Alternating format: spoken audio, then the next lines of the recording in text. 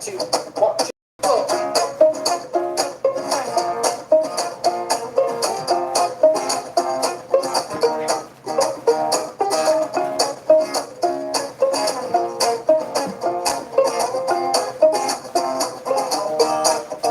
Prepare the way.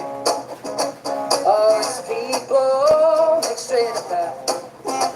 For Yeshua's coming back, so we lift up as the mighty voice. Hosanna, hallelujah, Hosanna, hallelujah. Prepare the way. All his people make straight a path. For Yeshua's coming back, so we lift up as the mighty voice. Hosanna, hallelujah, Hosanna, hallelujah. For he's coming in the clouds with his glory renowned. Make a path for him. He'll be shining like the sun with the sword on his tongue. He's calling us in, so be ready. For Yeshua is coming again.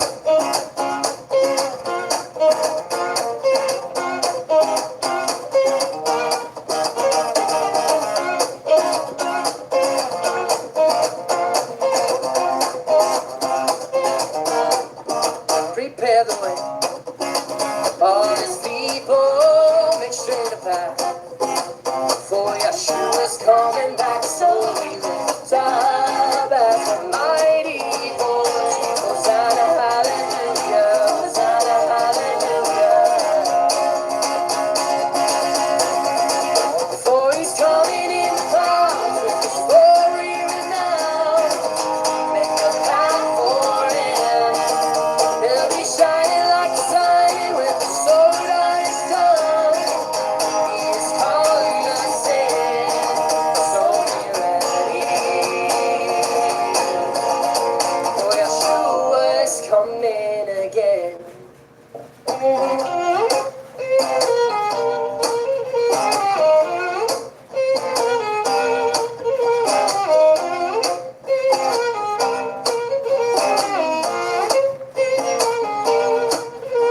The Son of Man who died for our sins was raised to life, and he's coming again. So prepare the way, O people of Yah, let us not delay. The shepherd is called the Son of Man who died for our sins, was raised to life, and he's coming again. So prepare the way, the people of Yah, let us not delay. The shepherd is called the Son of Man who died for our sins, was raised to life, and he's coming again. So prepare the way, the people of Yah, let us not delay. The shepherd is called the Son of Man who died for our sins, was raised to life, and he's coming again. So prepare the way, the people of Yah, let us not delay. The shepherd is called. For he's coming in the clouds with his glory renowned.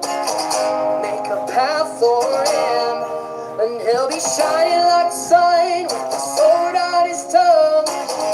He is calling us in. For he's coming in the clouds with his glory renowned. Make a path for him. He'll be shining like the sun with the sword on his tongue.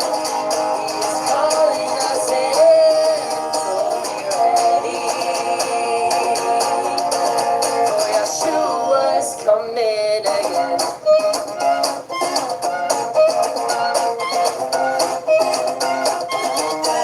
He's coming again.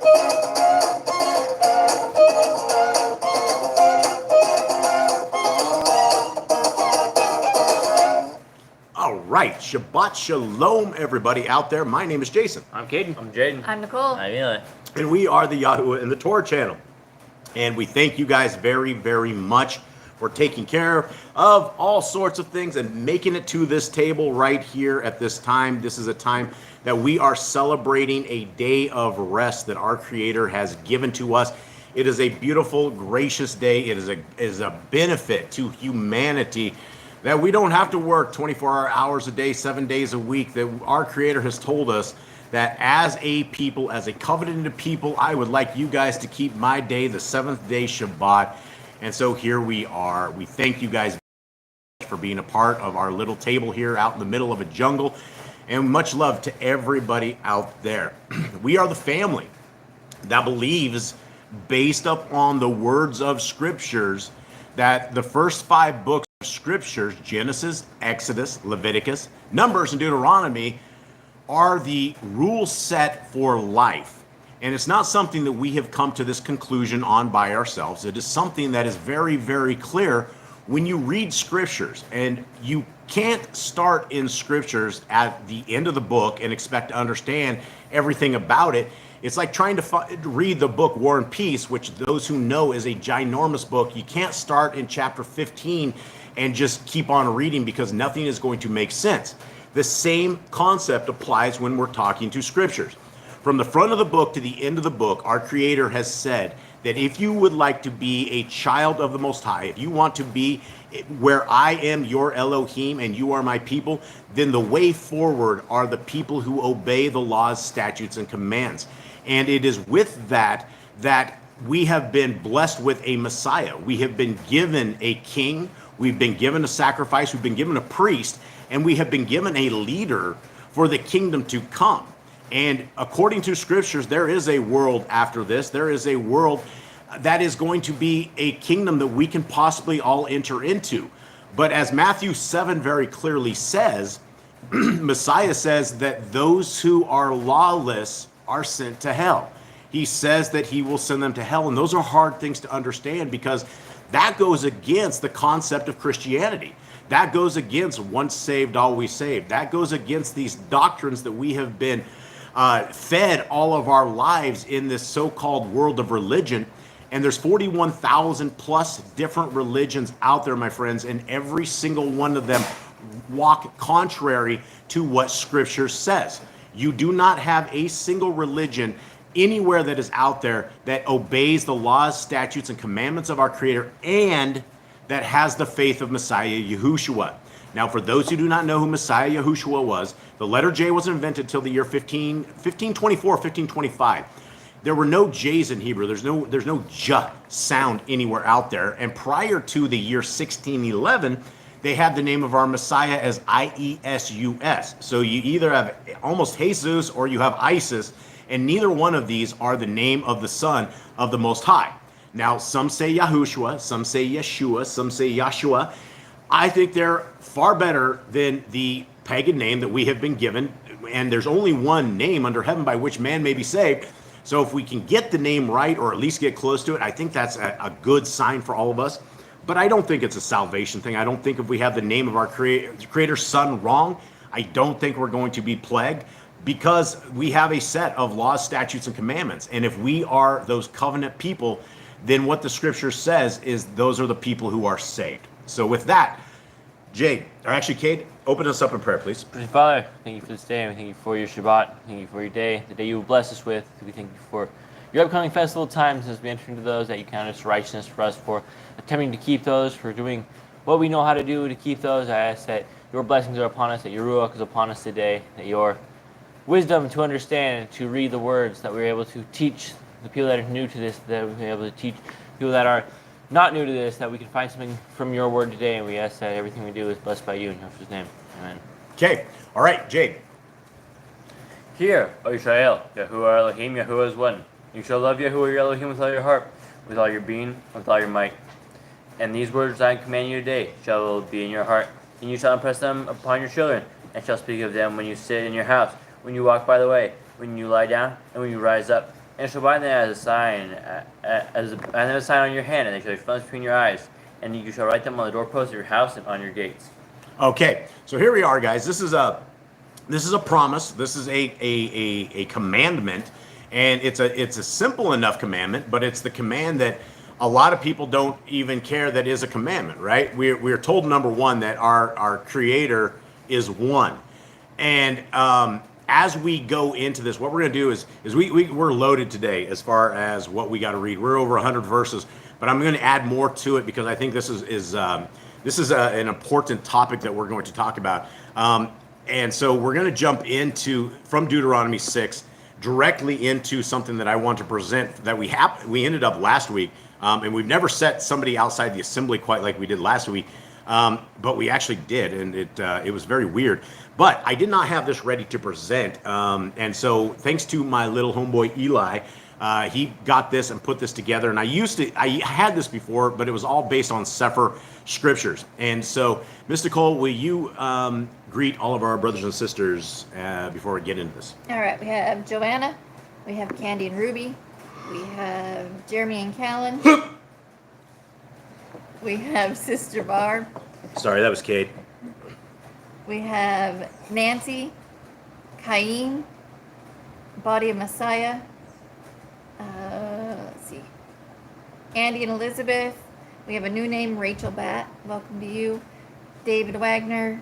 We have Elizabeth. Annette Frank, another new name. We also have Sarah Baker. Jennifer Myers, another new face. Let's see. I think, we have Sylvia and Irma and Jody. And I think that's everybody. Okay, that's a lot. So a lot of faces we've seen, a lot of faces that are new. Thank you guys for being a part of this. And here we are. Guys, what we need to go through right here is we need to go through that we talked about last week. And a lot of people are... check out Idaho Sky for the door and fence posts, platers, the Shema, and commandments. I don't know about that. They have a thing. There's a company Okay. that has that. Okay, Idaho so Sky. guys, the Trinity Exposed is something I wrote up years and years and years ago. And so I want to talk about this real quick because we have, as brothers and sisters, a lot of us come out of religion. And when you take religion out of the formula for the understanding that we have, then there's no place anywhere in scriptures that we would have God, Jesus, and the Holy Spirit as one giant entity. And for those of us who are in Torah, we're talking Yah, Yahushua, and we're also talking the Ruach HaKodesh. Now, the concept that everybody has been given, or that the doctrine that everybody has been given, that came about in the year 325 AD. So you're talking almost 400 years after our Messiah walked the lands, as the Catholic Church got into a statement that they call the Creed of Nicaea. And inside the Creed of Nicaea, what they declare is they declare that the Father and the Son and the Holy Spirit are all one entity. They say it like an egg, right? You have an egg shell, you got the yolk, and you got the fluid around the outside of it. And that is all one. We consider it one egg. But it's very, very important that we use scriptures to understand that the Trinity in of itself is not something in doctrine. Now, we already went over Deuteronomy 6, which is, "Hear, O Yisrael, our Elohim, Yahuwah is one," right? So right out of the gate, if our Creator and His Son are two, then from the very beginning of scriptures, we've been lied to right here. And so we have to discern, are we being lied to by scriptures, or are we being lied to by man? And so this is what we're going to look at right here. Now, we're going to go into Exodus 20 right here. And I don't think I'll go through all this because this is a major one, but I want to go through enough that those out there who believe that the entity of the Father and the Son are the exact same, it's not. And there's a lot of reasons why we would not want to go this route. We have people, when they believe in a Trinity, you have people that actually pray to the Holy Spirit. They will actually pray to Jesus. They will pray to something else other than where we're supposed to pray. We have scriptures and we have a historical understanding how our Creator wants us to pray. And He gave it to His Son, and His Son said something like, "Our Father who art in heaven," right? And that was when the disciples had asked Messiah, how do we pray? Messiah never said, pray to me, right? So continuing on, in 1 John, we have this. And Yochanan, who is John the Baptist, bore witness, saying, "I have seen the Ruach coming down from the Shemaim like a dove, and remain on him. and I did not know him. But he who sent me to immerse in water said to me, upon whom you see the Ruach coming down and remaining on him, this is he who immerses in the Ruach Kodesh. And I have seen and have witnessed, this is the son of Yahuwah. This is the Ben of Yahuwah. So right out of the gate, we have another witness, right? Not only do we have the witness of Deuteronomy 6, which is the creator of the universe through the mouth of Moshe, that says he is one, but now we have John the Baptist. He says, I have witnessed this, and this witness is that it is this son of the Most High. So now we either have John lying, we have the creator of the universe lying, or we have man that is lying that has given us this kind of understanding. Let's go into 1 John, John 1:49. And it says, this is Nathanael answered and said to him, Rabbi, you are the son of Elohim. You are the sovereign, the king of Yisrael. So now we have another witness. We have Nathanael out of 1 John who's saying this is the son of the Most High. Now, what you don't have and what you will not see is you will not see people that are saying you are the Father. They don't say, nobody says God has come down. All prophecy from the beginning of the book, throughout the prophets, throughout all of scriptures, it talks about the Son coming to be our king. Now, continuing on, in John 3:35, it goes, the Father loves the Ben, right? The Father loves the Son and has given all into his hand. Okay, this would be kind of weird if the Father was the Son, and who would he give into his hand, right? It would say the Father gave the Father, and it's everything he has is his.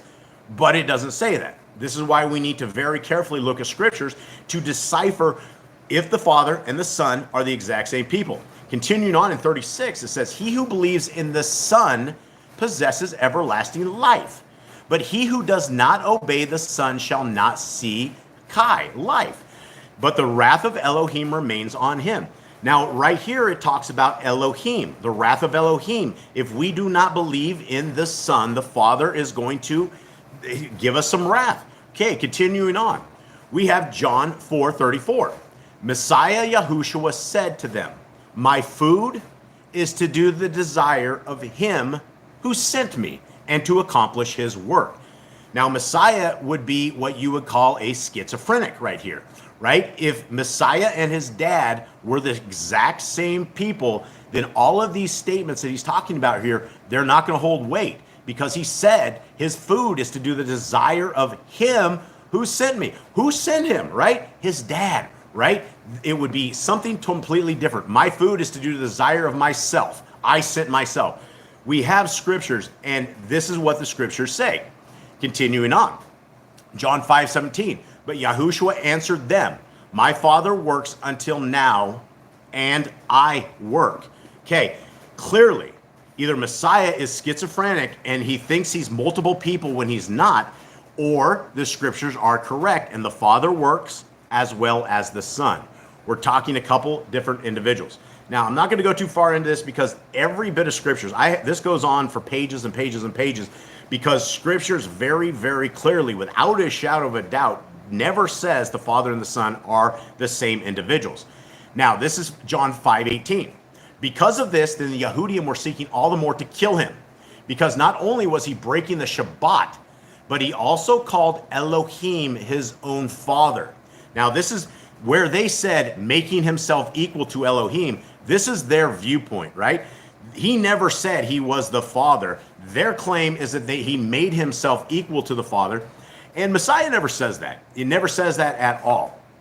Continuing on, John 5:19 says, therefore Yahushua responded and said to them, truly, truly, I say to you, the Ben is able to do nothing, not by himself, but only that which he sees the Father doing, because whatever he does, the Son also does likewise.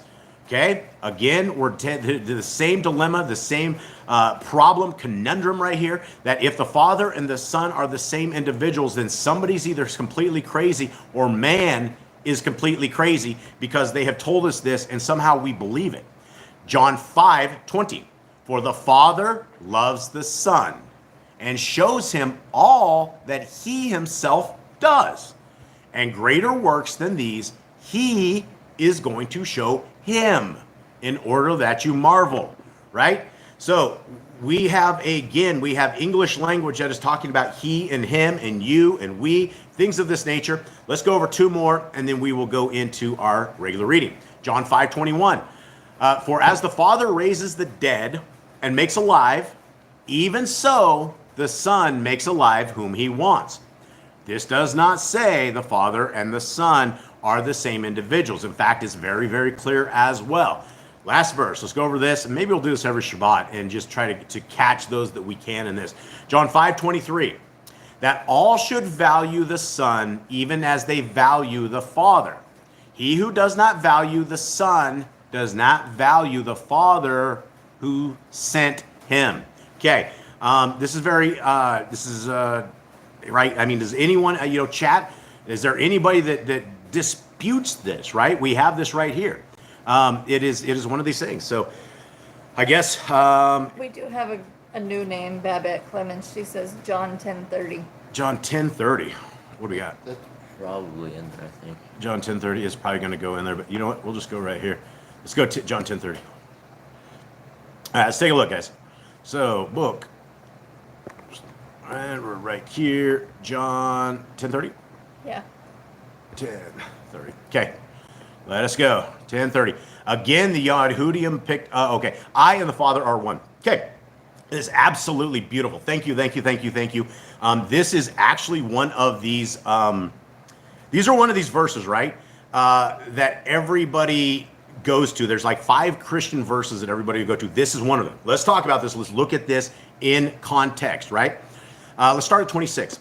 But you do not believe, because you are not of my sheep, as I said to you. My sheep hear my voice, and I know them, and they follow me. And I give them understanding, Kai, and they shall by no means ever perish, and no one shall snatch them out of my hand. My Father, who has given them to me, is greater than all, and no one is able to snatch them out of my Father's hand. I and my Father are one. Again, the Yahudim picked up stones to stone him. Okay, now I'm going to start with this, and I'm going to say my wife and I are one. Now, I'm also going to say my family and I are one. Everything we do as a battle-weary group. Now, before creation was ever created, and you can find this in the book of Genesis where it talks about let's create them in our image, right? Now, the Father and the Son were together long before creation. The Torah was created, the laws of our Creator, long before creation was ever created. Now, when we say that my wife and I are one, I'm not saying that my wife and I are one. I am saying that as a group, as a tribe, as a people, we work together for the glory of the kingdom as one. Does that mean we're always coherent? No. Does that mean we're always in agreement? No. But we work as one. And so Messiah and his dad absolutely work as one. Now, let's go back to this real quick, because I guess we probably need to continue on with this real quick. So we have that, right? My Father and I are one. So we have enough. We need to keep looking through this, I suppose. John 5:23. That all should value the Son, even as they value the Father. He who does not value the Son does not value the Father who sent him. It's continuing on right here, John 5:25. Truly, truly, I say to you, the hour is coming and now is when the dead shall hear the voice of the Son of Elohim, and those having heard shall live. So as we are talking about this, if we have one single verse that we're having a problem with, then it is one of these things. And Yaked being one does not mean it's a single entity, right? The actual word, I think they were discussing that in this. Neither Yah. So David's talking, I believe that Yeshua was saying that you aren't taking them out of my hand, and neither will they. Yeah, this is the thing about the Father and the Son, is these guys work as the most dynamic duo of all time. We have never had a leader and a leader that works in so great synchronicity. So these guys, and in fact, look, guys, I'm not going to bore you on this, but guys, you guys can go to Yahuwah and the Torah. .net, and this goes on, guys. Like, let's look into this right here. Look at John 8:16. But even if I do judge, my judgment is true because I am not alone, but I and the Father who sent me, right? So right out of the gate, if you believe that the Father and the Son are the exact same entity, then do we by default right here say that Messiah is lying to us? Because he said the Father sent him. If he was the Father, then these are all a whole bunch of white lies that all of a sudden scriptures don't mean the same scriptures if we can't trust what scripture says. I trust scriptures. I do not trust man. Look at one or two more right here. John 8:18. I am one who witnesses concerning myself, and the Father who sent me witnesses concerning me. Now, for anybody who's ever read scriptures at all, we understand what witnesses is all about. You cannot condemn a man. You cannot go against a man unless you're dealing with more than one witness. This is what the same thing is true. Messiah says he is his own witness and his Father is a witness. We're talking two separate entities. The next one. Let's just John 8:19. Therefore they said to him, "Where is your Father?" Yahushua answered, "You know neither me nor my Father. If they know me, then you have known my Father also." Yeah, so I think I'm going to leave it at that. Chat room, you guys can have at this. Do you want the last question? What was the last question? Then why does Jesus claim to be I am? What do you mean?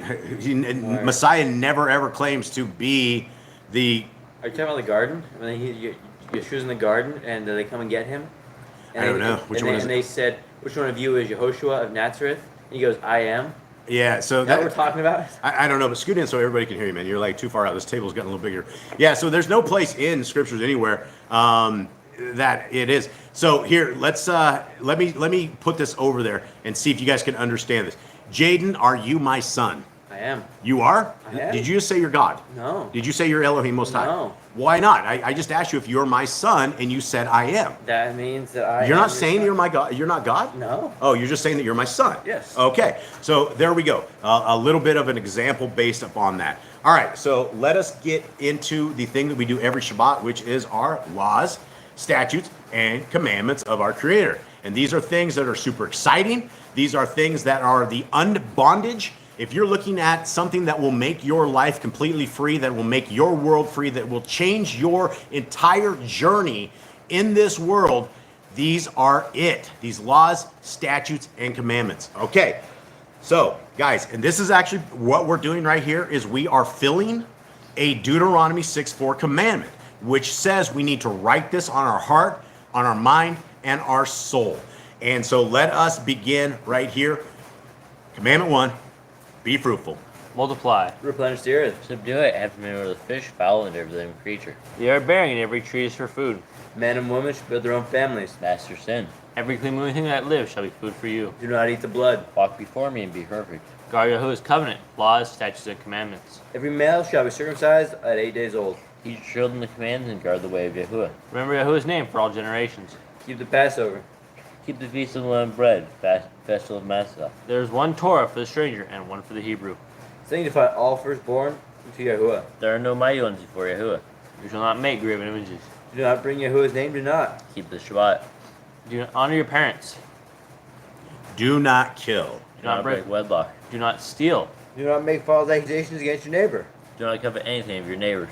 Do not make an altar from rock that tool has touched. Do not go up the altar by the steps. If a man steals cattle, he shall destroy it 5 times. Yahuwah's laws for criminals. Do not lie with beasts. No sacrifice to other Elohim. Do not oppress a stranger, fatherless, or widow. Do not charge your brother interest. If you borrow your neighbor's raiment, return it to him before sunset. Do not curse the ruler of your people. Do not eat what is torn of any beast. No false report. Do not follow a multitude of evil. Do not judge righteously against the poor. Bring back your enemy's cattle if you find it going astray. Help the animals of your enemy. Stay away from rumors and gossipers. Take no bribes. Do not oppress a stranger. Love the stranger. Give your land rest in the 7th year. Do not mention any pagan names. Keep the feast of Yahuwah. Do not cook your goat in his mother's milk. Obey the messenger Yahuwah sends before you. Do not bow down to other Elohim. Serve Yahuwah. Make no covenant with other Elohim or outsiders of the land. Do not make the use of anointing oil on a normal person. Do not make the use of perfume on a normal person. Do not eat the fat. Do what you say you're going to do. Return what is your neighbor's. Obey Yahuwah's dietary laws. Women's time of separation. Obey Yahuwah's hygiene laws. Keep the Day of Atonement, Yom HaKippurim. Do not uncover the nakedness of your family. Do not take your woman's sister for wife. Do not lie with a woman for uncleanness. You shall not sacrifice your children to Moloch. Do not be a sodomite. Be holy. You know, I was talking to, so for those who do not know, Yah Scriptures, we kind of accidentally became a prison ministry. We had no intention when we first started trying to crush evil that was attacking the people of Yah with the Hallelujah Scriptures. That was never our intention ever to be inside of prisons. And now that we are inside of prisons, 4 of my 7 and a tremendous amount of time sitting here typing back to the brothers and sisters in chains. And I just got into a conversation this morning about Planned Parenthood and the entire system. And one of these brothers in chains, he's on death row. He had he was kind of going off about how Planned Parenthood was kind of an okay thing and how it kind of neat. And I went back to this and I said, my brother, number one is, and these guys are on death row for killing people, right? That's what we're talking about. And so this particular thing is killing people, right? We're talking about killing babies, and we're talking about putting our babies into the mouths of Moloch and a false deity, right? And that's the thing, that we live in a world right now, and as I was discussing with him, because abortion has become what it has become, it's like mainstream. And even in North America, when a couple states took it out, you can just go and you run to the next state and kill your kids. And it's like one of these things. In fact, you can even take pills and just kill the kids, one of the overnight pills. So we have been offering our children to Moloch for a very, very long time. And so this commandment right here, this is not something for the old days. If you think that you have to have some giant idol in a fire, and you have to drop the baby into the fire to make this happen, we've come a long ways in a technological field, and it seems like the idols and the operation tables of Moloch are simply the stainless steel tables that they hook the women up to, where they grind the babies out of them, kill them into little pieces. And then, from Planned Parenthood, then these people were selling off all the baby parts to the highest bidder for all of these pharmaceutical stuff, all these things out there.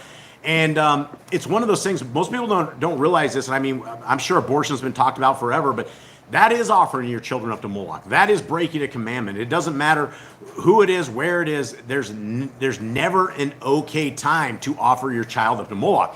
I would even say, I would be the guy that said, even if your life is in danger, I would not exterminate your child for that. If it were me and I was a woman, I would exterminate my life and the life of my child, that I could bear a child into this world. So we have to understand that these laws of our Creator, when you're in a Christian religion, or your religion says the laws of our Creator don't matter to us anymore, then things like this, offering our children up to Moloch, when it happens day after day, especially in North America, hundreds of thousands of babies die a month in that. So these are the commandments that are good for all times, and that we have to be, as a covenanted people, we don't want to be those people that have offered our children up to Moloch. Okay, continuing on. Do not be a sodomite. Do not be holy. What do you got, Mr. Cole? Babette has another question. Oh. How is one saved? How's one saved?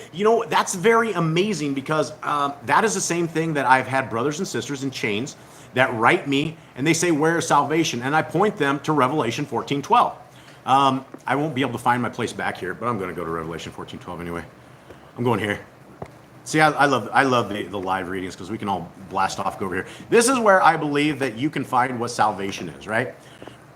There's no other place in Scriptures that tells us exactly this exact thing right here. But if we're looking at what salvation is in Revelation 14:12, well, here it is. Here's the endurance of the saints, right? Here, the saints. Who are the saints? Well, the saints are the people that are keeping the laws, statutes, and commandments of our Creator. Here are those guarding the commands of Yahuwah. Okay, so we have one way right there. Continuing to Revelations, those who are guarding the commands of Yahuwah. Sorry. But it's a one-way street. I'm dying here. Dying right on this verse. It's good.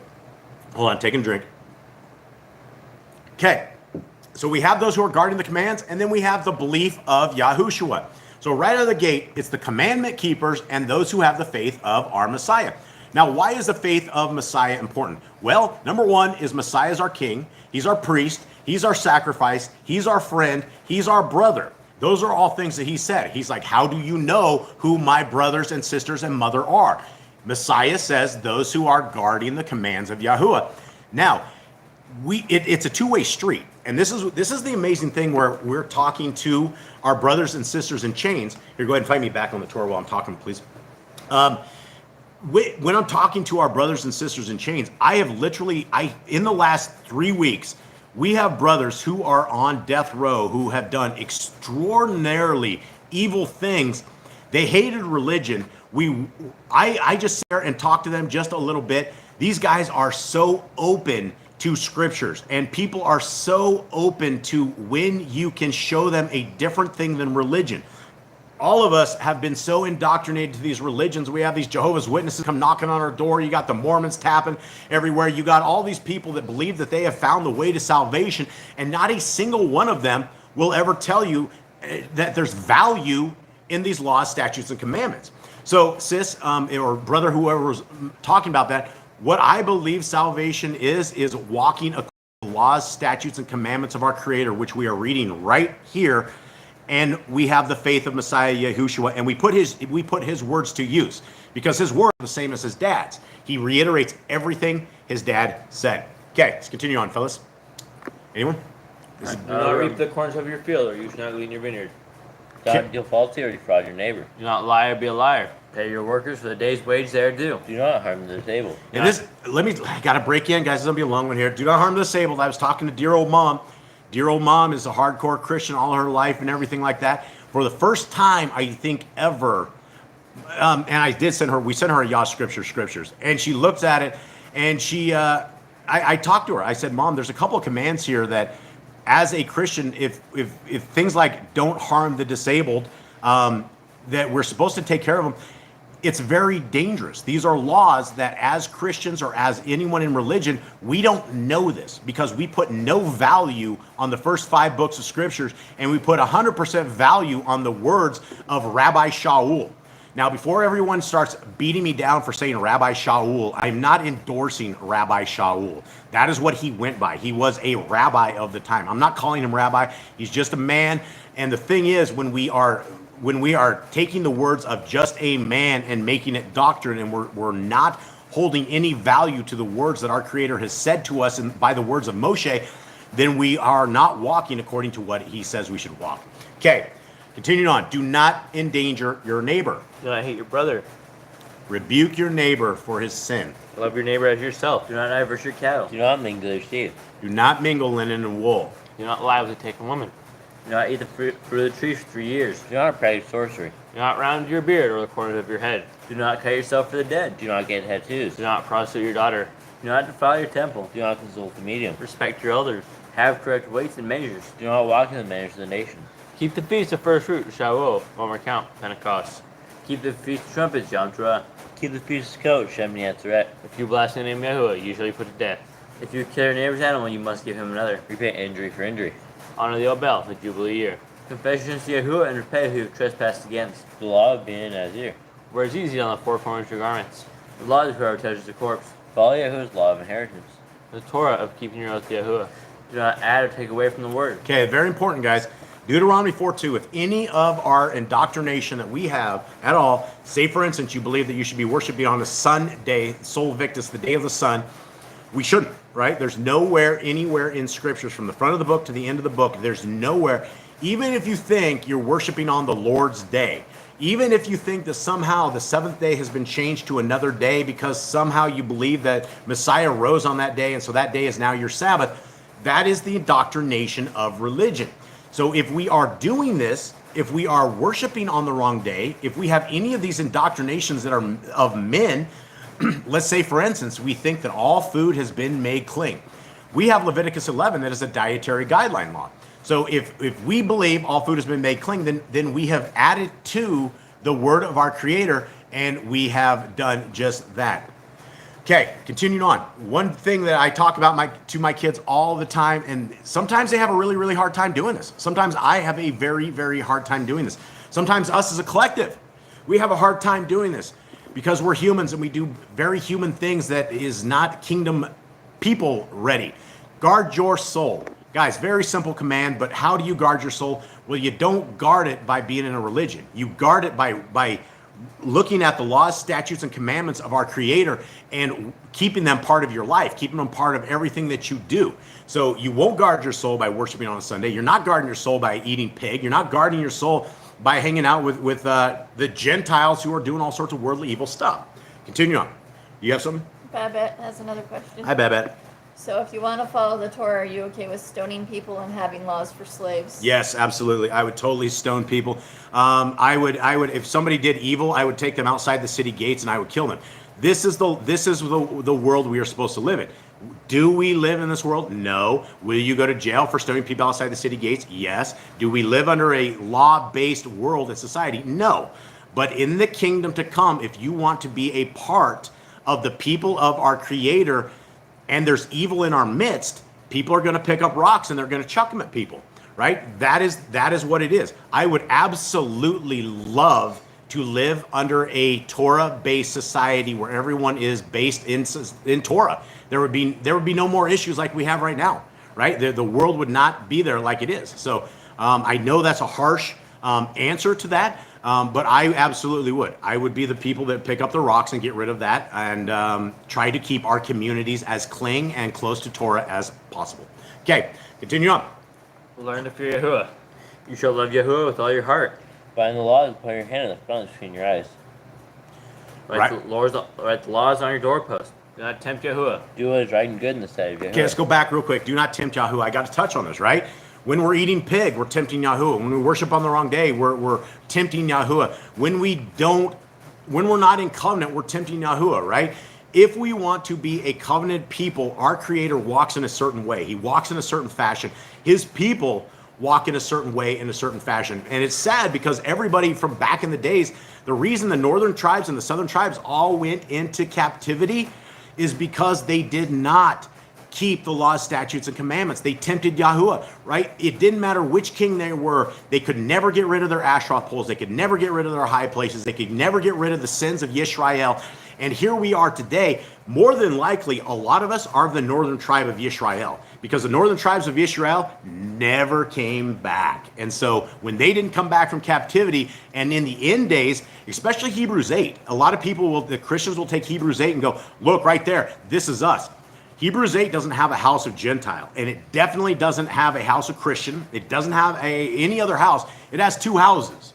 And the thing about Hebrews 8 is it talks about a people in the future where everybody knows the Torah. Everybody knows the law, statutes, and commandments. You don't have to teach it to your brother. You don't have to teach it to your neighbor. They all know.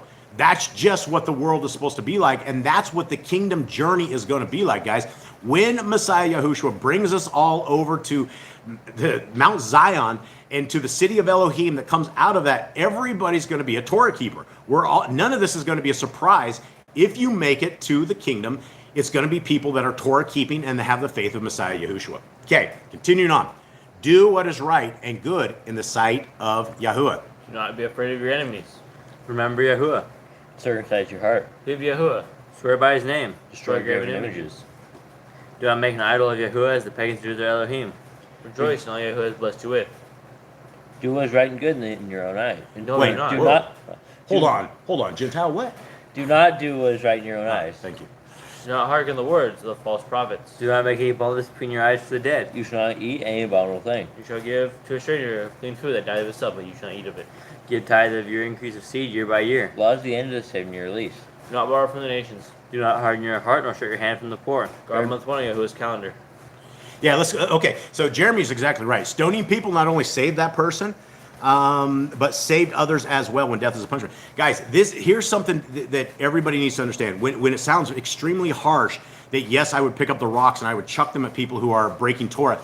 Guys, we talk to brothers and sisters in chains that have been on death row for 4 decades, 39 years, and they still don't have an execution date. This is not based on Torah. We are not supposed to take those who do evil and lock them up for 4 decades and have that psychological madness, right? The people I talk to, they don't know when they're going to die. They're in the middle of appeals. One lady, Kimberly, is about to be executed in the beginning of 2025. These are the sisters that we are talking to, and these are hardcore things. As a criminal, I would much rather be taken outside the city gates and killed with a bunch of rocks and have this torturous setup done and me go off to a county than have to sit there for decades and decades. So there is a reason, and a good reason, why you get rid of people with the rocks. Unfortunately, we're not in a Torah-based world. Okay, She has two things. All right, what you got? The first one is Jesus rebuked Pharisees for trying to stone the woman caught in adultery, but they didn't bring both the people. Okay, yeah. So let's talk about that real quick, guys. So the story, the situation is a woman was brought before Messiah Yahushua, right? And the woman was accused of adultery. And so Messiah Yahushua, they said, what do we do? Should we stone her? And he starts writing down in the ground, right? He starts writing stuff in the dirt. Nobody knows exactly what he's writing, but whatever he's writing is tripping everybody around them out. Everybody starts leaving. Everybody starts going away. And when he looks up, Messiah's like, all your accusers are gone. And the problem with this, my friends, is that all of these so-called people that just accused this woman broke the Torah in attempts to accuse the woman. Number one, if you have somebody that is caught in adultery, you bring the man and you bring the woman, and at the behest of the witnesses, both of them are out and you kill them with the rocks, right? That is what you do. So they brought the woman without the man, and so they broke Torah trying to get something done. Anyone who knows Torah knows we do not do things without at least 2 or 3 witnesses to make a matter established. Something else? Her other thing is, what about Jesus healing on the Sabbath? And then she says, show me one verse where it says it's lawful to heal on the Sabbath. And Well, Jeremy says, show me one where it says it's against it. Well, that's the thing, is the Pharisees and Sadducees were also like, show us this. You can't be healing on the commandment. Guys, when we talk about scriptures, when you read all of the scriptures, Messiah has cleared this entire thing up. And in fact, the book of Nazarene talks about it. Messiah says, if it's to do good on a Shabbat, should we do it? Is if we don't do it, that it's evil. You guys understand what I mean? What this means is that if you have a neighbor that calls you and it's a Shabbat, you're keeping Shabbat, and it is a Shabbat, and something tragic has happened, they've lost something, it's an emergency. That is our job as loving our neighbor as ourselves. Even on a Shabbat, that if there's some kind of an emergency like that, there are times in the Shabbat where our Creator and His Son have done things outside of it, and there's sometimes that we will have to do things outside of it, because if we didn't do it, it would be evil. Imagine that neighbor fell down and you don't go over to her house on Shabbat. After sunset, you go over there and she's on the ground dead, right? So because we would not walk to our neighbor's house on the Shabbat, we did it. That's the same concept with Messiah Yahushua, right? We have a broken man, and Messiah talks clearly about this. Okay, let's go in. What else we got? I believe we're on 3 times a year, all males shall appear before Yahuwah. You shall make judges and officers in all your gates. Do not plant Asherah poles near the altar. There must be 2 or 3 witnesses. Aha, let's do that again. There must be 2 or 3 witnesses, right? And a matter is established at the behest of multiple witnesses. Right there, this is what all of those guys who accused this lady of adultery, they forgot to bring the other guy. They only witnessed against a woman, but they didn't bring the actual fella. So they messed up. So Messiah isn't going to harm the woman when they didn't even do their own setup right. Okay, hearken unto the Nabai, prophet Yahuwah has chosen. Prophet tested Deuteronomy. Do not remove your neighbor's property line. How to deal with false witness among Torah keepers. The first child is the adult portion. If your brother's cattle or clothes are lost, and you find them, you must return them. A woman shall not wear what pertains to a man, or a man wear what pertains to a woman. If you find a bird's nest with the mother and the babies or eggs, take the babies but not the mother. If you build a new house with a flat roof that you haven't lived on, you must put a railing around it. Do not be a prostitute. Do not use dirty money. The law of divorce. Do not take a person's millstone for a pledge. If you lend your brother, do not enter his house to get payment. He must bring it to you. Return his clothing before sunset. That was his pledge. Do not oppress a hired servant that is poor and needy. Every man shall be put to death for his own sin. Do not go back to the forgotten sheep in the field. Leave it for the stranger, fatherless, and widow. Do not muzzle your ox when he treads out grain. If your brother dies and has no child, you shall take his wife and the firstborn after your brother. At the end of 7 years, you will read the Torah at the Feast of Sukkot, the Feast of Tabernacles. Okay, so there we go. We are definitely going longer than we've gone, maybe a record for today, which is good. So we like reading scriptures, and we hope that you guys like listening to scriptures. Scriptures are amazing. They are the guideposts for life. Now, Jay just got up right before the recap, which he always does, so I will wait for him to actually recap this. And so here we are. Jade, we're everybody's getting a drink. Hold he's on. getting a drink, but he does this so he doesn't have to recap this. Oh, okay. Says he's just thirsty. Maybe that's true. Okay. All right, Jade. So let's recap where we are at. Let's go from the days of Abraham, Isaac, and Jacob. Let's talk about it, and let's go to where we are with Leviticus right here. Israelites went into slavery. They're there 400 years. Yahuwah sent Moses, who was born in Egypt. He killed an Egyptian, left out into a land, came back after he was 80 years old. Yahuwah sent him back into the land of Egypt to go free his people. He met him in a burning bush to go free my people. You're going to be that. You will tell them that I am Yahuwah. And he says to go free his people. He goes, I'm not a very good person that speaks very well. And he says, I'll send you your brother there, and he can speak for you, and he can be the guy that speaks and talks to, and you'll just lead the people. And then he goes and frees the people. He does 10 plagues. They kill a lot of the Egyptians. They kill the firstborn of all of Egypt. They kill their cattle and their crops, and their land is completely destroyed by the time they leave out. Then a whole bunch of the soldiers get wiped out in the Red Sea when they try to cross it. They went into some wars getting out of the land of Egypt, and then they went to the mountain Sinai, and Moses went up to go get the 10 Commandments. Yahuwah got 2 stones for him, he wrote the command. He heard a noise down in the camp. Moses went down to see what it was, and the people had gone astray, and the golden calf was being built and danced around, and so Moses was angry, threw the stones that Yahuwah had made to the ground, broke them. He went and killed 3,000 people. Moses went back up to the mountain, had to go find new stones, and Yahuwah wrote the commands again. He learned all the commands, how to build the temple, the blueprints for the temple, and all the designs, and all the people that will help build it. And then he's learning about Levitical commands, where we are now. We're learning what the Levites have to do and how they have to do their sacrifice, how they have to stay holy. And so we are in the book of Leviticus, which is mostly about Levites. Okay, so here we are. The book of Leviticus, and it's very important. It's important that we know what our Messiah is, and our Messiah became pretty much the priesthood, right? That's what the Levites were there for during this time, was to be an intermediary between man and to Elohim. And so when we ended up with our Messiah, it's not a big deal that we don't have Levites. It's not a big deal that we don't do sacrifices. None of that's a big deal, because we have a very qualified Melchizedek priest who is before us, who's waiting, and he's waiting on the kingdom to come. So here we are, guys, Leviticus 13. And Yahuwah spoke to Moshe and to Aaron, saying, when a man has on the skin of his body a swelling, a scab, or a bright spot, and it shall become on the skin of the body like a leprous infection, then he shall be brought to Aaron the Kohanim, or to one of his sons the Kohanim. And the Kohanim shall look at the infection on the skin of the body. And if the hair on the infection is turned white, and the infection appears to be deeper than the skin of his body, it is a leprous infection. And the Kohanim shall look at him and pronounce him unclean. But if the bright spot is white on the skin of his body and does not appear to be deeper than the skin, and its hair has not turned white, then the Kohanim shall shut up the infected one 7 days. All right, so what are we dealing with here, guys? We're dealing with leprosy. We're dealing with a big sickness that was very, very big back in their times.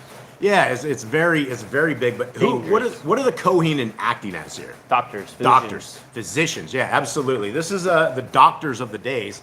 Is who we are having right here, and these guys are very qualified because they know a lot of this stuff, and this is like excellent information to have. Okay, continuing on.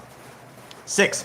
And the Kohanim shall look at him again on the 7th day and see if the infection has darkened and the infection has not spread on the skin, then the Kohanim shall pronounce him clean. It is a scab, and he shall wash his garments and be clean.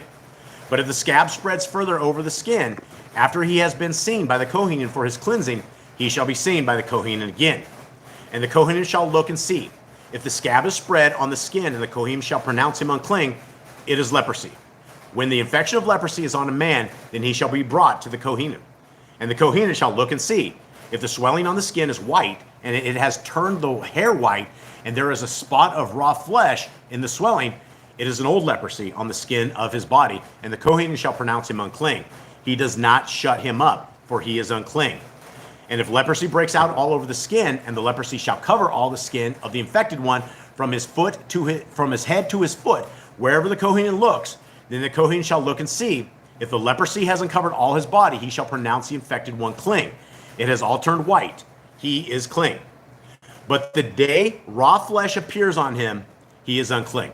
All right. So what do we make of leprosy? It's like it's a skin-borne disease. Yeah, something like that. I don't think it's contagious though.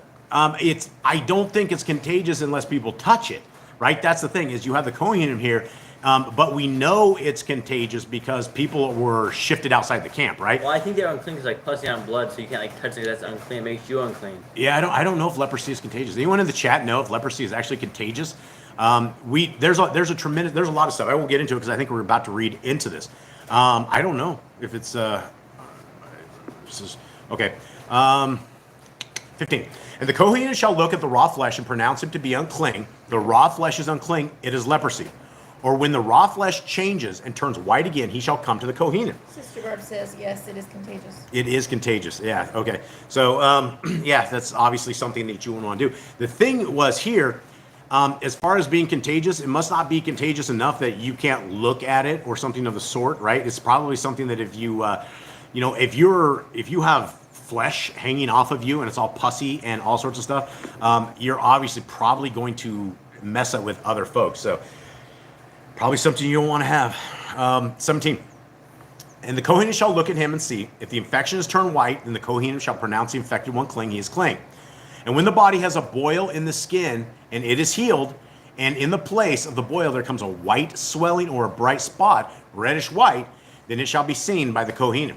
And the Kohen shall look and see. If it appears deeper than the skin, and its hair has turned white, the Kohen shall pronounce him unclean. It is a leprous infection which is broken out of the boil.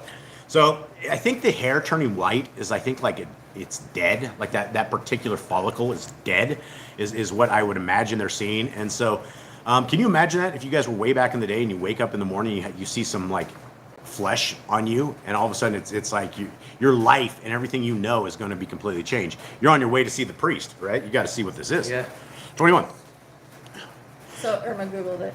Since it's not highly contagious, it's not spread through casual contact, but it is contagious. Yeah, and I would bet as people are festering out and their sores are out, I bet that's where there's a lot of contagion. Whatever it is, I should probably study up on what exactly leprosy. Google, yes. Okay, thanks, guys. Yeah, Google is a contagion. I agree completely, absolutely. All right, don't kill our stream, please. Here we go. 21. But if the Kohen looks at it and sees no white hairs in it, and it is not deeper than the skin, but has faded, then the Kohen shall shut him up 7 days. And if he has spread further over the skin, then the Kohen shall pronounce him unclean. It is a leprous infection. But if the bright spot stays in its place, it is not spread. It is the scar of the boil, and the Kohen shall pronounce him clean. Or when the body receives a burn on its skin by fire, and the raw flesh of the burn shall become a bright spot, reddish white or white, then the Kohen shall look at it and see if the hair of the bright spot has turned white and it appears deeper than the skin, it is leprosy broken out in the burn. And the Kohen shall pronounce him unclean. It is a leprous infection. All right, we can get a lot from this, I think. I think we can learn a tremendous amount on this thing. So it sounds like that even from a injury, it sounds like, from a burn or an injury, that leprosy can happen, which is definitely some sort of almost like an infection or something that takes on that you get owned with. So obviously back in the days when you got completely something burned, like a big burn might be something very, very dangerous if it pops out and you got leprosy right there. Okay, 26. But if the Kohen looks at it and sees there are no white hairs in the bright spot, and it is not deeper than the skin, but has faded, then the Kohen shall shut him up 7 days. And the Kohen shall look at him on the 7th day. If it spreads further over the skin, then the Kohen shall pronounce him unclean. It is a leprous infection. But if the bright spot stays in its place and has not spread on the skin, but has faded, it is a dwelling from the burn. It is swelling from the burn. And the Kohen shall pronounce him clean, for it is the scar from the burn. And when a man or a woman has an infection on the head or in the beard, then the Kohen shall look at the infection and see. If it appears deeper than the skin and there is yellow hair in it, then the Kohen shall pronounce him unclean. It is an eruption, a leprosy of the head or beard. This is very interesting, right? A lot of you guys aren't bearded folks, but as a bearded person, I can tell you that a regular face zit isn't the same as you guys without beards. You don't actually even see the zit. You have no idea what's going on underneath the beard, but all of a sudden out of nowhere, it'll start itching, right? You'll start itching it, and all of a sudden your fingers get all pussy, right? All of a sudden there was this big old honking zit probably underneath the beard, and you sit there and rip that out. Too much information? Probably. But let's continue on with this, because those are the kind of things right there. Back in the days, if I had something underneath of it, I would be heading up to the Kohen right now to figure out what in the world's going on under this beard. I wouldn't know. You'd have to have somebody qualified to look at it. Okay, 31. But when the Kohen looks at the infection of the eruption and sees that it does not appear deeper than the skin and there is no black hair on it, then the Kohen shall shut the infection of the eruption 7 days. And on the 7th day, the Kohen shall look at the infection and see if the eruption has not spread and there is no yellow hair in it, and the eruption does not appear deeper than the skin, then he shall shave himself, but the eruption he does not shave. And the Kohen shall shut up the eruption another 7 days. So more understanding of exactly what it is, right? Sometimes you shave it off, sometimes you don't shave it off, especially where the sore was. 34. And on the 7th day, the Kohen shall look at the eruption and see. If the eruption has not spread over the skin and does not appear deeper than the skin, then the Kohen shall pronounce him clean, and he shall wash his garments, and he shall be clean. But if the eruption spreads further over the skin after his cleansing, then the Kohen shall look at him and see. If the eruption has spread over the skin, the Kohen need not seek for yellow hair. He is unclean. Okay, so you can just basically see if the sores of the leprosy are just basically taking you over. That's I think what they're looking for. 37. But if the eruption appears to have stayed and there is black hair grown up in it, the eruption has healed. He is clean, and the Kohen shall pronounce him clean. And when a man or woman has bright spots on the skin of the body, white bright spots, then the Kohen shall look and see. If the bright spots on the skin of the body are dull white, it is a white spot that grows on the skin. He is unclean. So my only question is, what if you're old and your hair's already white? So that's going to be something. I'm sure they have a way to figure this out, but not everybody has like dark hairs. Okay, continuing on. And when a man or woman has bright spots on the skin of the body, white bright spots, then the Kohen shall look and see. If the bright spots on the skin of the body are dull white, it is a white spot that grows on the skin. He is clean. And when a man loses the hair of his head, he is bald. He is clean. And if the hair has fallen from his forehead, he is bald on the forehead. He is clean. Okay, so what does this just talk about here, guys? Eyebrows? Now, if a man loses the hair of his head, he is bald. That's clear. He is clean. Okay? Going bald's a good thing. I don't know about that. Maybe. At least you don't have to have haircuts. Continuing on, but 41 says, and if the hair has fallen from his forehead, he is bald on the forehead, he is clean. So I don't know if we are losing eyebrows or something. Let's continue on. 42. And when there is on the bald head or bald forehead a reddish white infection, it is leprosy breaking out on his bald head or his bald forehead. And Why you gotta say it like that? Huh? Why you gotta say it like that? Well, to keep it clear, right? You'd absolutely know. I mean, if you got some dude no hair, there's ways to fix that as well. 43. And the Kohen shall look and see if the swelling of the infection is a reddish white on his bald head or on his bald forehead, as the appearance of leprosy on the skin of the body. He is a leprous man. He is unclean. The Kohen shall pronounce him unclean without fail. His infection is on his head. All right, so any one of you guys remember anyone in scriptures that has a bald head? I do. Anyone? Yeah, you know? Do you know? Does anyone know more than one person that we know of in scripture that is bald? I don't think I mentioned anybody. I don't remember anybody else, the same person you mentioned. I remember one. Yeah, so you guys in the chat room, there is somebody who's bald. Anyone want to try to remember that? And we'll get back to that. Pop that in there if you guys can remember. There you go. Stella got it. There's some incidents about being bald. Yeah, Stella got it. Yeah, so and then he wasn't too happy about the bald head though. You know what I mean? He sent the bears after them. So okay, 46. Actually, no. He's leprous. The Kohen shall pronounce him unclean. 45. As for the leper who has the infection, his garments are torn and his head is uncovered, and he has to cover his upper lip and cry, unclean, unclean. He is unclean. All the days he has the infection, he is unclean. He is unclean, and he dwells alone. His dwelling place is outside the camp. Now, why is this guy sitting outside the camp screaming unclean, unclean? Because he's unclean. His leprosy has gotten too far, What? and it will destroy the camp. Now it's just like somewhere it's dangerous. So to run out. what he could potentially do what to people? Get him sick. You hear him say he murdered somebody accidentally, right? Second degree murder, something of that sort, because he didn't yell out. I mean, and what are you going to do if you hear some dude out by a rock yelling unclean? You're not going to really go near that. You're not going to go near where that thing is. Like yell from a distance. You need any food? Are you hungry? Something of the sort. But yeah, that's it. 47.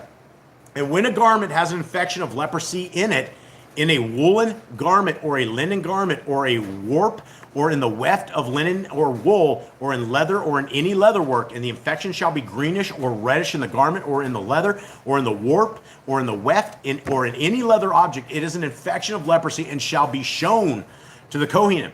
So now we're talking. It sounds like mold. More like mold. It could be mold. It could be something like this, but it's like super mold, I think. Greenish and red. That definitely sounds. I know that mold has like a bad rap, but I think it's like more like a U.S. mind control thing, maybe. I'm not saying it's not bad. I'm just saying that everybody in the world thinks they have mold in their house and they think they're all dying from it. And we live in a world of mold down here. So it's just the way it is. Okay, continuing on. Where's that, fellas? 50?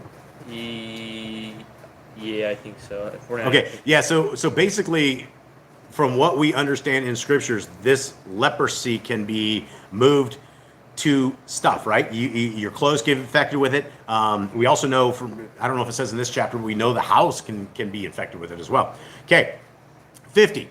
And the Kohen shall look at the infection and shut up the infection 7 days. And he shall look at the infection on the seventh day, and when the infection has spread in the garment, or in the warp, or in the weft, or in the leather, or any leather work, the infection is an active leprosy, it is unclean. So this is something interesting, right? That whatever this sickness is, leprosy, is able to actively grow and become worse in things like it even says wool, says leather work. We know that in the how it can grow in the houses. So I mean, this is like one of these super plagues. It's not something to be messed with. 52. And he shall burn that garment, or the warp, or the weft, in wool, or in linen, or any leather object in which the infection is, for it is an active leprosy. It is burned with fire. But if the Kohen looks and sees that the infection has not spread in the garment, or in the warp, or in the weft, or in any leather object, then the Kohen shall give him command. Shall give him command, and they shall wash that which is they shall wash that in which the infection is, and he shall shut it up another 7 days. Now, do you think having Clorox back in these days that kills supposedly 99% of all this stuff, do you think that would kill the leprosy? Is that Might have done something. Yeah, it's probably better just to get rid of it. Okay, 55. And the Kohen shall look at the infection after it has been washed and see. If the infection has not changed its appearance, though the infection has not spread, it is unclean, and burn it in the fire. It is eaten away in its inside or outside. And the Kohen shall look and see that the infection has faded after washing it, then he shall tear it out of the garment, or out of the warp, or out of the weft, or out of the leather. And if it is still seen in the garment, or in the warp, or in the weft, or any leather object in which is spreading infection, burn it with fire. That is which the infection is. Now, I'm going to put this out there to the chat room, because I know you guys probably know this. What is a warp and what is a weft? Sister Barb probably has an answer to that, or anyone. Let's continue on. 59, right? 58. 58. And if you wash the garment, or the warp, or the weft, or any leather object, if the infection has disappeared from it, then it shall be washed a second time and shall be clean. This is the Torah of the infection of leprosy in a garment of wool or linen, or in the warp, or in the weft, or in any leather object, to pronounce it clean, or to pronounce it unclean. All right. It says weft is stitching, he believes. Okay, that could be. I get that. Okay, all right, guys. So now we are heading into the book of Matthew, and this is again this is an amazing book. This is all the Besorah is simply amazing. Stella says, in weaving the crosswise threads on a loom over and under which are threads, the warp. Okay, sweet. Thank you guys very, very much. I would not have known that unless I Googled it. And I don't need Google because I got you guys. You guys are way better than the Google. Okay, so here we are, Matthew 13. Jade, can you please give me a breakdown of where we are at, what's happened to this point? Matthew 1, we have Messiah born, we have his lineage. What's happening? He's been going through the place of Israel and been teaching, healing, bringing the Torah back to people, showing them a better way than what they are. The Gentiles, they're in Babylon, now they're in Roman captivity. They're under Herod, and the people are sinning. He tried teaching in his own hometown, and they thought he was crazy because he came back after going off and learning for a few years. Then he went out and got his disciples, and he's been going around, and he's been going to people that are not Israelites, but they have more faith than the Israelites themselves. They do not want to believe Joshua is the Messiah. They don't want to believe he's a teacher or a prophet or anything. So he has been going around and only helping those with faith, right? Those who have true faith, he's been helping. So he leaves the towns that don't have faith, and he clearly said, he goes around doing miracles and teaches and gives good lessons and bases everything he does upon the Torah. Yeah, and this is our leader, guys. This is our king. This is King Messiah. This is King Yahushua. This is, I cannot wait. I hope I have the opportunity to meet him. I hope I am qualified for this kingdom road, and I will keep trying. All of us will keep trying until we see if we are able to hang out with Messiah. But these are the words of Messiah. Continue on. 13:1. And on that day, Yahushua went out of the house and sat by the sea, and large crowds were gathered together to him, so that he went into a boat and sat down, and all the crowd stood on the beach. And he spoke to them much in parables, saying, see, the sower went out to sow. And as he sowed, some indeed fell by the wayside, and the birds came and devoured them. And others fell on rocky places where they did not have much soil. And immediately they sprang up, because they had no depth of soil. But when the sun was up, they were scorched, and because they had no root, they withered. And others fell among thorns, and the thorns came up and choked them. And others fell on good soil and yielded a crop, some 100-fold, some 60, some 30. He who has ears to hear, let him hear. Now, this is these are, Messiah talks a lot about this. Messiah, in all words, is a farmer of men. He is absolutely one of the greatest farmers of all times. And that is literally what we are called to do. We are called to be fishers of men. We are called to be those people who are the sowers. We're supposed to be out there sowing seed wherever we can find it. We're supposed to be taking those who are barely in the ground, and we're supposed to be nurturing them. We're supposed to be helping them. If we are able to throw some dirt on others and to help them grow and to be a farming stable for them, this is what we are supposed to do. The kingdom is going to be brought forth by the people who are willing to do the work for the kingdom. And this is what Messiah is talking about now. His Talmidim, which are his disciples, they don't understand all this. And this is where they continue to say, in verse 10, and the Talmidim came and said to him, why do you speak to them in parables? And he answering said to them, because it has been given to you to know the secrets of the reign of the Shamayim, but to them it has not been given. For whoever possesses, to him more shall be given, and he shall have overflowingly. But whoever does not possess, even what he possesses, shall be taken away from him. Okay, anybody here? Wake up, Eli. What did that just say? Do you have any idea what I just said? Okay, Kate, do you have any idea what I just said? Everybody's jumping to their scriptures real quick. All right, so nobody's listening here at this table. I hope you guys are still with me out here. Okay, so the Talmidim are wondering why we have to do with this stuff in parables. Why is everything Messiah talked about in parables? And he talks about it a lot.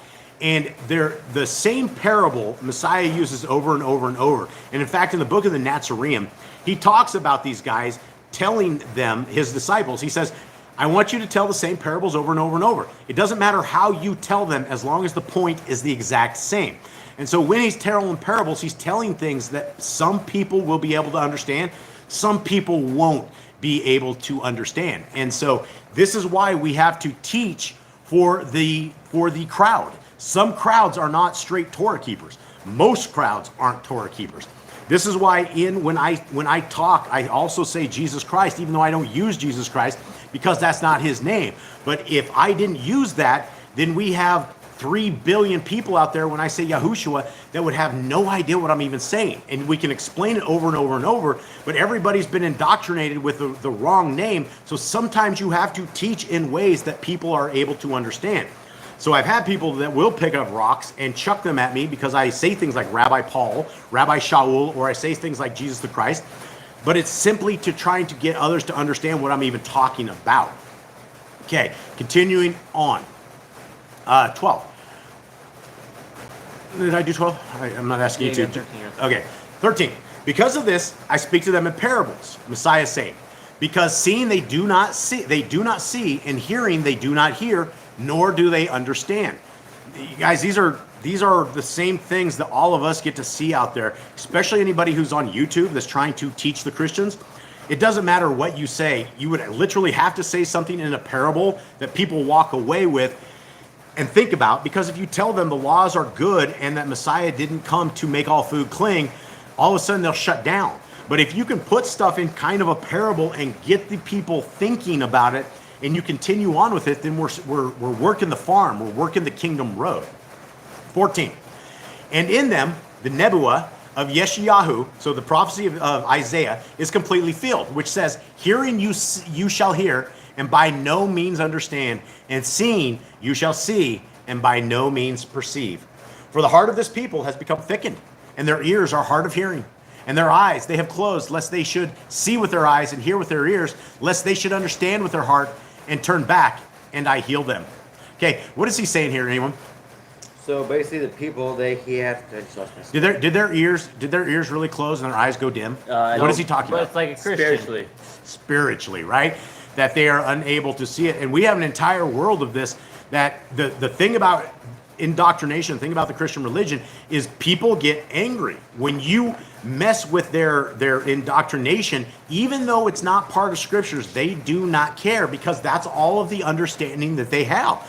And it's so sad because we have billions and billions of people in these false religions, and they all raise their hands at 8 years old, and they all think they're saved, and they all say things like, once saved, always saved. When Messiah says, depart from me, go to hell, you who are lawless, they don't see this. Their eyes cannot see it, even though we're talking in the same books that supposedly, as a follower of Christ, they're supposed to be followers of Christ. This is what Messiah says. He says, go to hell, you who work lawlessness, but people have their eyes closed, their ears are just gone.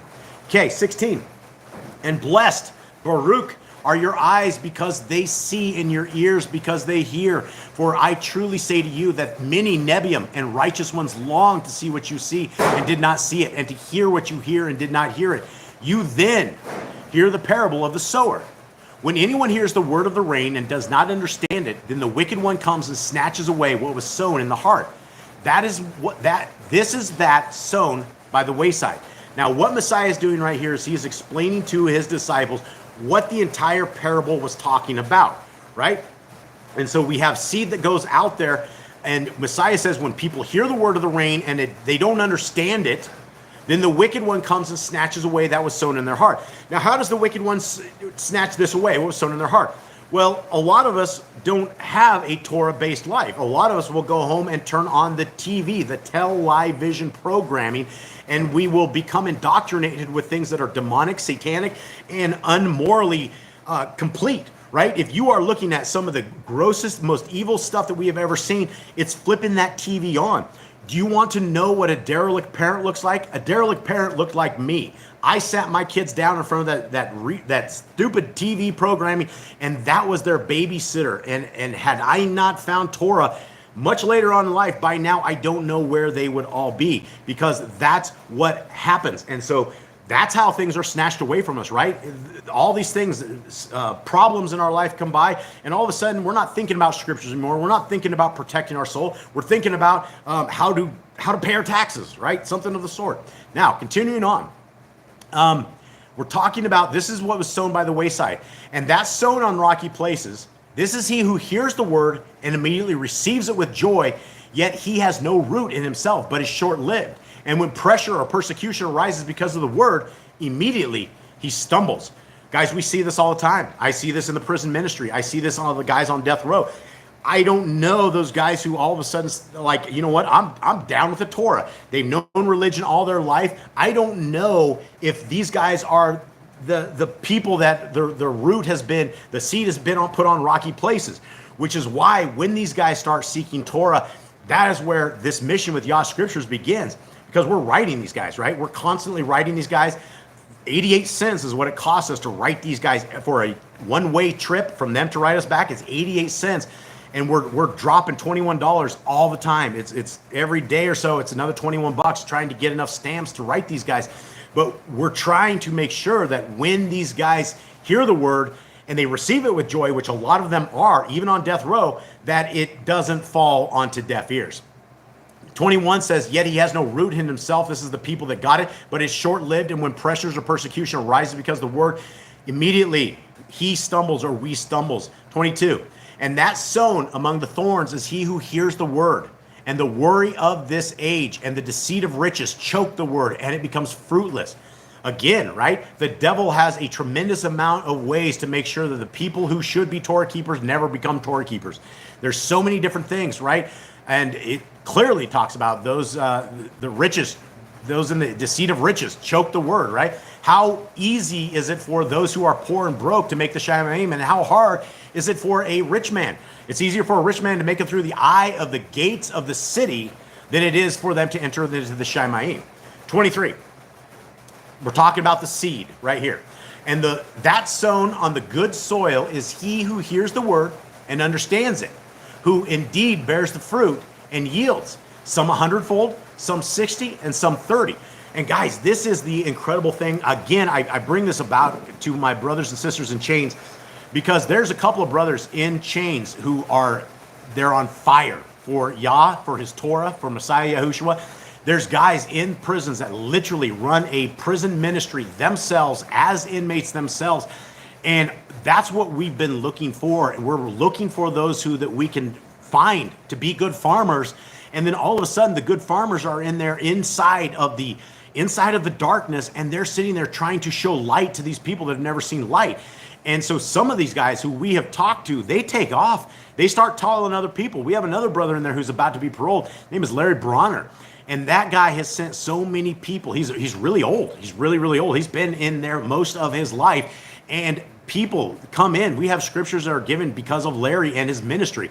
And so there is a tremendous amount of good seed that is out there. And there's a tremendous amount of people that are growing up in this. But it's up to all of us to do this. All of us need to find the people that we can minister to bring the kingdom to fruition. Continuing on, 24. Another parable he put before them, saying, the rain of the Shamayim, the rain of heaven, has become like a man who sowed good seed in his field. But while men slept, his enemy came and sowed darnel among the wheat and went away. And when the blade sprouted and bore fruit, then the darnel also appeared. And the servants of the master of the house came and said to him, Master, did you not sow good seed in your field? From where then does it have the darnel? And he said to them, an enemy did this. And the servant said to him, do you want then that we go up and gather them up? But he said, no, lest while you gather up the darnel, you also uproot the wheat with them. Let both grow together until the harvest. And at the time of harvest, I shall say to the reapers, first gather the darnel and bind them in bundles to burn them, but gather the wheat into my granary. Okay, I grew up on a farm. We grew up on a wheat farm. I grew up on a barley and a wheat farm, and that is absolutely true. I walked hundreds and hundreds of culverts every single day. And when you have wheat when the wheat is small, you can do some stuff with it. But as it gets up and up, if you're out there trying to weed it, you're going to smash the wheat. You're going to smash everything. You can't walk into a wheat field especially a mature wheat field. It leaves a path. There's no way you can get in there easily unless you walk the rows. And most of these guys probably back in the day didn't have rows. So the thing is that Messiah is talking about here is that sometimes you have to let the evil grow up next to the good stuff. And Messiah is going to be that guy who gathers this, right? Messiah and his dad, Yahuwah, are going to gather this. The chaff is going to be burned. The good stuff is going to be gathered into the kingdom. But these are the parables that he's talking about. Now, continuing on. Another parable he put before them, saying, the rain of the Shamayim is like a mustard seed, which a man took and sowed in his field, which indeed is less than all the seeds. But when it is grown, it is greater than the plants. It becomes a tree. So the birds of the Shamayim come and dwell in its branches. And guys, all you have to do is look at a mustard seed and mustard tree, right? The bush, the giant bush that comes out of it, it's monstrous. Continuing in, Messiah says, another parable he spoke to them. The rain of the Shamayim is like leaven, which a woman took and hid in 3 measures of meal until all was leavened.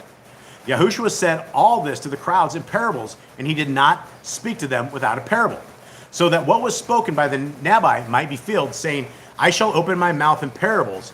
I shall pour forth what has been hidden from the foundation of the world. I see an issue with the app here. Okay. Then having sent the crowds away, Yahushua went into the house, and his Talmidim came to him, saying, explain to us the parable of the darnel in the field. And he answering said to them, he who is sowing the good seed is the son of Adam, the ben of Adam, Messiah Yahushua. And the field is the world. And the good seed, these are the sons of the rain. But the darnel are the sons of the wicked one. And the enemy who sowed them is the devil. And the harvest is the end of the age. And the reapers are the messengers. Okay, these are like big things. I mean, this all applies to every single one of us in this day and age, right? We don't want to be the outcasts. We don't want to be the weeds. We don't want to be the people who are going to the other place. There is a path. There is a kingdom. There's a way. And the way of the people of the kingdom is Kodesha, is holiness. It's not a people that look like the world and taste like the world and smell like the world, right? If we're only here on Shabbat, keeping praise and worship for our Creator, that's a wonderful start. But we have 6 other days of the week that we have a commandment, this Deuteronomy 6:4, that tells us we need to write these laws, statutes, and commands on our heart, mind, and soul. They need to be frontlets between our eyes. We need to speak of them when we go to sleep, when we rise up. They are a part of our life. And so if we want to have in eternity with the kingdom, then it's something we need to very much all be astute on, not with guys like me on YouTube that are sitting here telling you stuff. Don't believe me. Believe what scriptures say. From the first page to the end of the page, that's the doctrine of the kingdom. Okay, now, continuing on. 40. Okay, as the darnel then is gathered and burned in the fire, so shall it be at the end of the age. The son of Adam shall send out his messengers, and they shall gather out of his reign all the stumbling blocks, and those doing lawlessness, and shall throw them into the furnace of fire. There shall be wailing and gnashing of teeth. Okay, well, there's a problem right here because we have the entire Christian religion. The Christian religion tells us once saved, always saved. They say you can pray to Jesus and ask him to forgive you for your sins. Anytime you sin, we can just ask Jesus for forgiveness. We can have pig on our plate, and we can pray, and we can bless the pig, and we can eat whatever we want. Guys, that's called lawlessness, right? When you're eating unclean food and you say that Jesus died to make your food clean, that's lawlessness, and that's also ignorance as well. Lawlessness is not worshiping on Shabbat, right? Messiah very clearly in answering all of these people says that those who are lawless are going to the furnace of fire. There shall be wailing and gnashing of teeth. Do we want to hang out with the wailing and gnashing of teeth? Is this a good place where the worms eat our body and the heat never turns down? It's just a place that we deserve because we are so unloyal to our Creator that we will not take his gift, which is the Torah. We will not take his gift, which is Messiah Yahushua. We will not take the way of the Shaimaim. And for those who don't want the kingdom, they're not going to get the kingdom. There's going to be wailing and gnashing of teeth. I would much rather not be to the place of wailing and gnashing of teeth. Sounds not good, right? Continuing on. Then the righteous shall shine forth as the sun in the reign of their Father. He who has ears to hear, let him hear. Not only does the Christians have this book in their doctrine, but it also has the same verse, and it also says if you have ears to hear, let him hear. This is out of the words of our Messiah. You have 3 billion different people in religions, and nobody has ears to hear. Nobody wants to hear.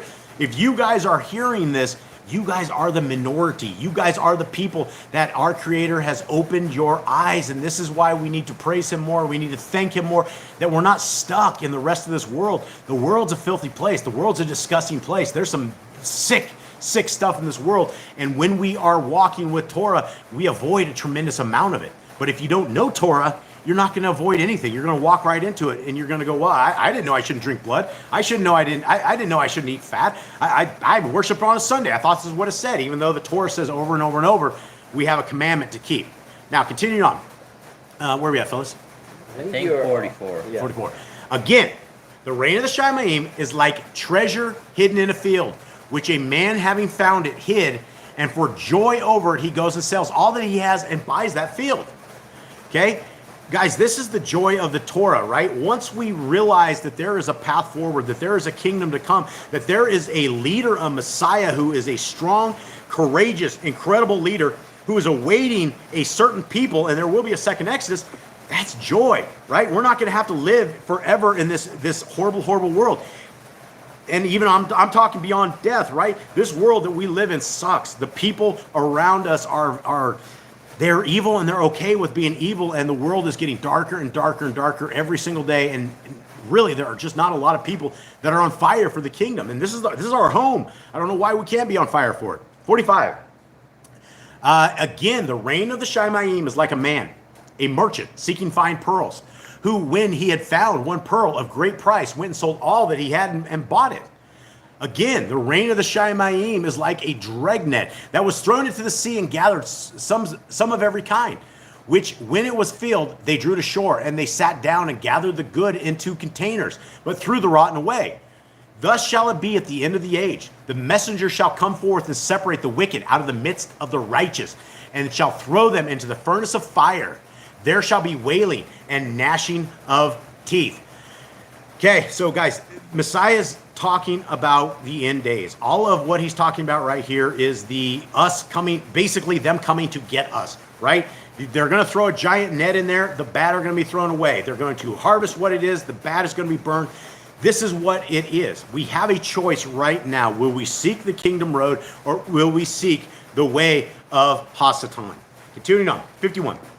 Yahushua said to them, have you understood all this? They said to him, yes, Adonai. And he said to them, therefore, every scholar taught in the reign of the Shamayim is like a householder who brings out his treasure, renewed and old. Okay, somebody want to take a stab at what that just said right there? So basically, he's taking out his treasure. He's showing everyone what is the new stuff and the old stuff.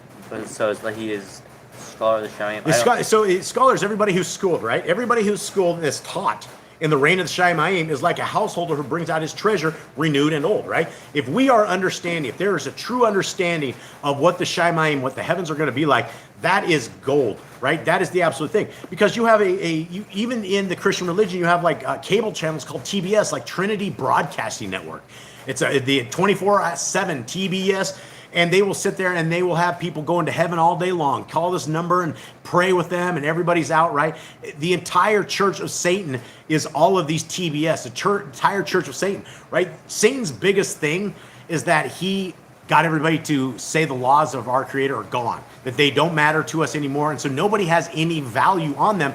But once we figure out the value, then we're excited that there's a way forward. And not everybody wants it. Not everybody thinks this is the way for them, which is fine. It's not for everybody. Definitely. Messiah says most people are not taken.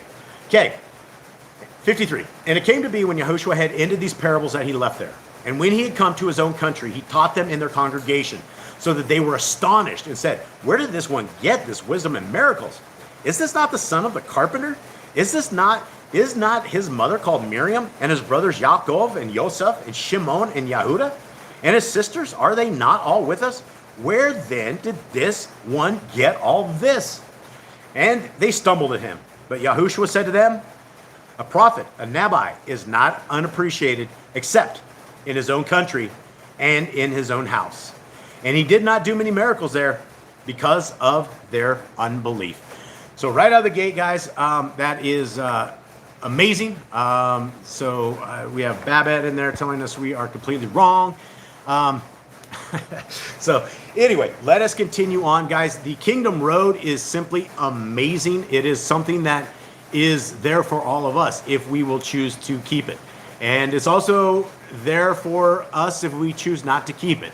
And so we will always be those people who are trying to push people into scriptures, push people. There's no religion. There's no such religion. And that's the thing I tell my brothers and sisters in chains all the time. We don't have a religion. And right out of the gate, when you tell them you don't have a religion, their eyes open up and they're ready to listen, because that's all we've been done is been blasted with religion that is contrary to what Scriptures says. Okay, guys. So with that, I think I am going to call this. Jade, will you please bless our brothers and sisters? Yehovah baruch you and guard you. Yehovah make his face shine upon you and be gracious unto you.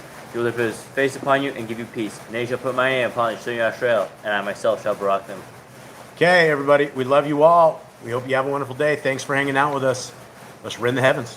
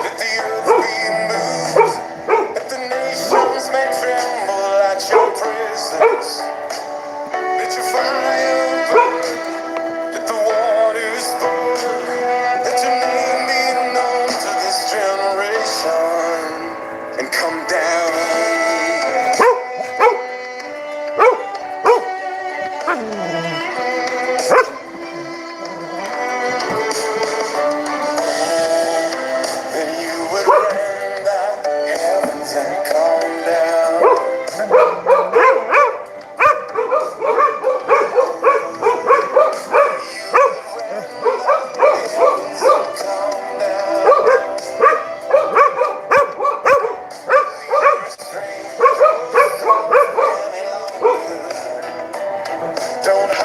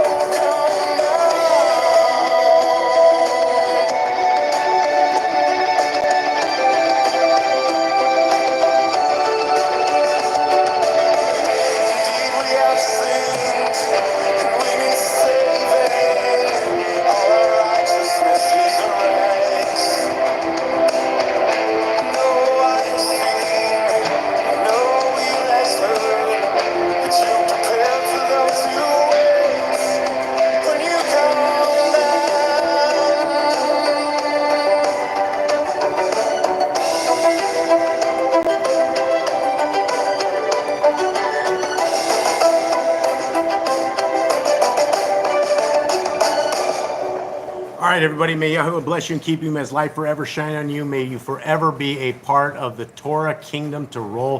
Thank you guys very much. We love you all. Shabbat shalom. Shabbat shalom.